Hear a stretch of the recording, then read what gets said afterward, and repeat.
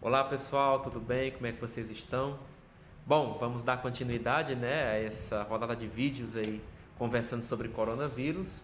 E a temática que vamos abordar hoje é em relação a compreender os exames de diagnóstico da Covid-19. Os exames que são usados para diagnosticar a Covid-19, nós vamos destacar dois tipos. Vamos destacar essa sigla aqui estranha, o RT-qPCR, a gente pode chamar apenas de PCR, e os testes rápidos, né? Ainda existe um terceiro tipo, que são os sorológicos, né? Que aí é um tipo, tanto o teste rápido quanto outros exames de ELISA, né, feitos em laboratório em bancada, eles têm o mesmo princípio, que é por reação com anticorpos. Mas aí eu vou explicar bem direitinho para vocês. E aí, qual é o objetivo do RT-PCR? Essa sigla, né, é uma sigla que vem do inglês e significa, em português, mais ou menos, a transcrição reversa por reação em cadeia da polimerase quantitativa, né? Em outras palavras, para simplificar para vocês, é uma forma que tem em laboratório de você pegar o material genético do vírus, né? E aí em laboratório você vai passar por duas etapas. A primeira é transformar esse material genético, que é um RNA, em DNA, que isso é chamado de transcrição reversa, e em seguida a gente vai amplificar, né, esse DNA obtido na primeira etapa, tem uma grande quantidade para que você consiga detectar no equipamento de análise, né?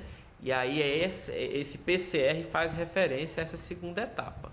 Tá certo? Então, em resumo, esse teste de PCR, ele objetiva você analisar o material genético do vírus. Então, é um método, assim, dentre os métodos que a gente vai abordar e que nós temos hoje para identificar o vírus, ele é o mais seguro, né? Ele é o mais, que dá uma resposta mais correta no que diz respeito à existência desse vírus. Bom, agora vamos falar em relação ao exame PCR, né? Como é que é feito? Esse exame, ele é feito a partir de um suave, né? Parece um cotonete bem grande, que é introduzido aqui no nariz e lá na orofaringe, que é uma região aqui por dentro, ele retira uma secreção, né, uma amostra biológica, e aí a partir dessa secreção é que eles conseguem extrair o RNA, né, do vírus, para que se possa fazer o exame e detectar a presença dele, em caso, obviamente, de contaminação. Já a sorologia e os testes rápidos, eles usam anticorpos, eles vão detectar, né, o vírus a partir da reação com os anticorpos que conseguem reconhecer as partículas desse vírus. Os anticorpos, né, como a gente já falou até no vídeo anterior, elas são as substâncias que protegem o nosso corpo contra os organismos invasores que causam as doenças, né? Então, quando o nosso corpo ele é exposto a um organismo invasor, o nosso sistema imune ele vai permitir a produção desses anticorpos. E existem vários anticorpos que são produzidos em função do tempo em que esses micro-organismos estão ali, né, gerando esse ataque e, consequentemente, a doença, né? Os anticorpos, eles são também, pessoal, conhecidos como imunoglobulinas, tá certo? E aí a gente representa os anticorpos ou melhor, as imunoglobulinas ou anticorpos, obviamente, por IG, né? Então, quando você vê essa sigla IG, ela faz referência à imunoglobulina. E aí existem vários tipos de imunoglobulinas que são produzidas, umas no momento em que o corpo ele recebe o ataque, né? Em uma situação aguda, em uma situação mais tardia, né? Então vai depender muito do tempo. Então para cada tempo você tem um tipo de imunoglobulina que é produzido. E aí a partir dessa estratégia que dá para saber, por exemplo, se a infecção ela é recente ou se ela já dura alguns dias, né? Você pode estimar aí o tempo em que o organismo ele está em contato com o vírus. Aí, dentre as imunoglobulinas que são usadas como critério, né, para detectar a presença do vírus, né, para diagnosticar o coronavírus, ou até outras doenças, não necessariamente coronavírus, são essas aqui que vou apresentar para vocês. A IgM, a IgA e a IgG. As mais populares, até para outras doenças, é a IgM e a IgG. Mas tem visto, para o caso do coronavírus, que o IgA também é um excelente tipo de imunoglobulina que pode detectar infecções agudas. Já os testes rápidos, eles são feitos com uma amostra de sangue, né? Existe um aparelhozinho, né? Um aparato. É muito parecido, gente, com os exames de detectar a gravidez, certo? Só que você faz com uma gotinha de sangue. E aí, o sangue, quando em contato com esses anticorpos, caso a pessoa esteja infectada, aí ele vai ter esses anticorpos presentes. E aí, com esses antígenos presentes, esses anticorpos conseguem reagir, se ligar, formando uma cor, né? Aí ele vai formar uma faixinha de cor que é muito parecido com aqueles resultados de testes de gravidez, só para ilustrar melhor para vocês. Bom, e após o resultado, né, quando se faz ali o exame, ele dura em média até 30 minutos, né, bem rápido para fazer a leitura, e aí você pode obter os seguintes resultados.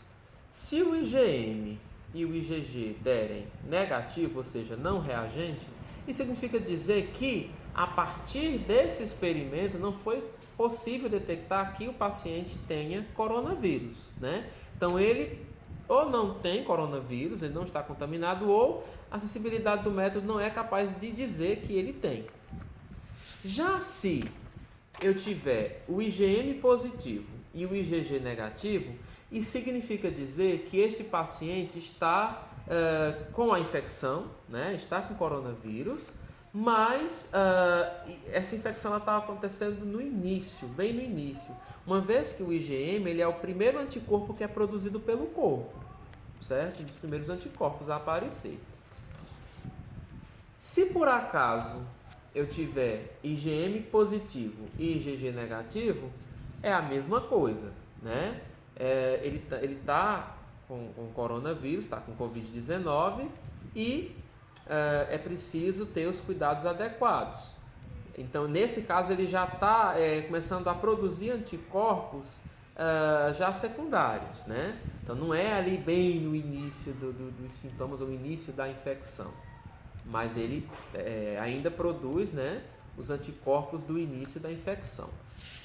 E se por acaso der o IgM negativo e o IgG positivo, está com coronavírus, né? Ou é preciso ficar observando, talvez essa pessoa já não apresente mais os sintomas, já tenha passado essa fase, né? Mas ele foi infectado há pouco tempo, né? Por isso que o IgG ainda está positivo, né? Então é preciso sempre ter um cuidado, uma observação, ficar em observação e procurar o médico em caso de sintomas.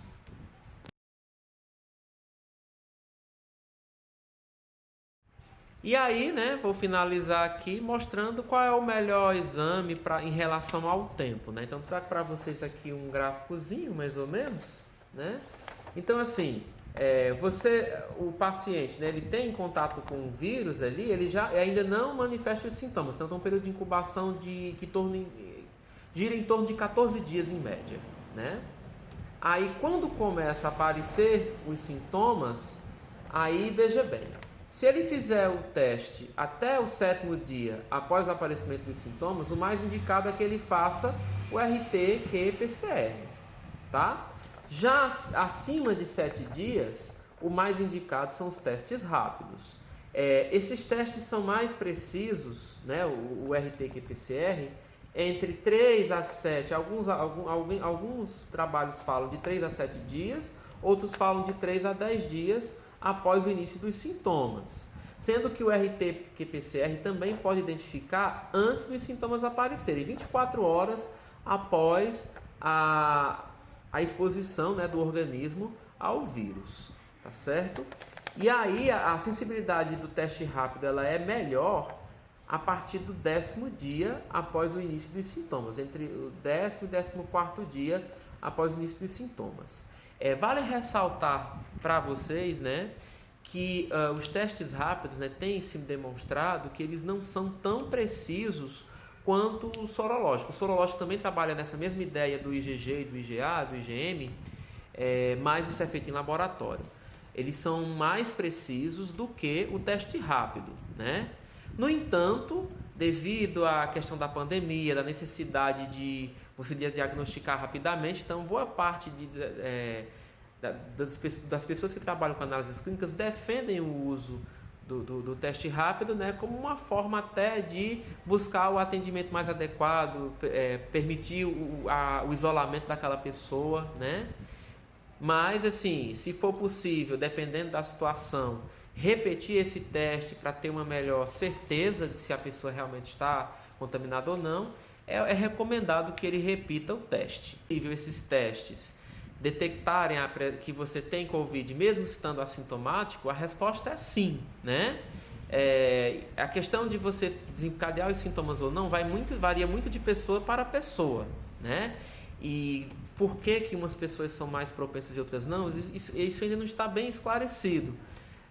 Existem estudos necessários para melhorar isso, né? Mas os assintomáticos sim, dá para poder saber, né, se eles foram acometidos, principalmente o QPCR, obedecendo essas datas, né? Sei que é muito difícil, por exemplo, de você saber quando teve início de sintomas se a pessoa não teve sintoma de forma alguma, mas se ele teve contato com alguém que teve Covid, ou se ele teve em alguma situação de risco, não se protegeu, e ele queira, né, fazer algum dos exames para poder saber se teve Covid, é interessante, né, ou se tem Covid, mesmo de forma assintomática, é interessante, né, para que ele possa ficar em observação e adotar as profilaxias necessárias, certo? Então, por hora era isso.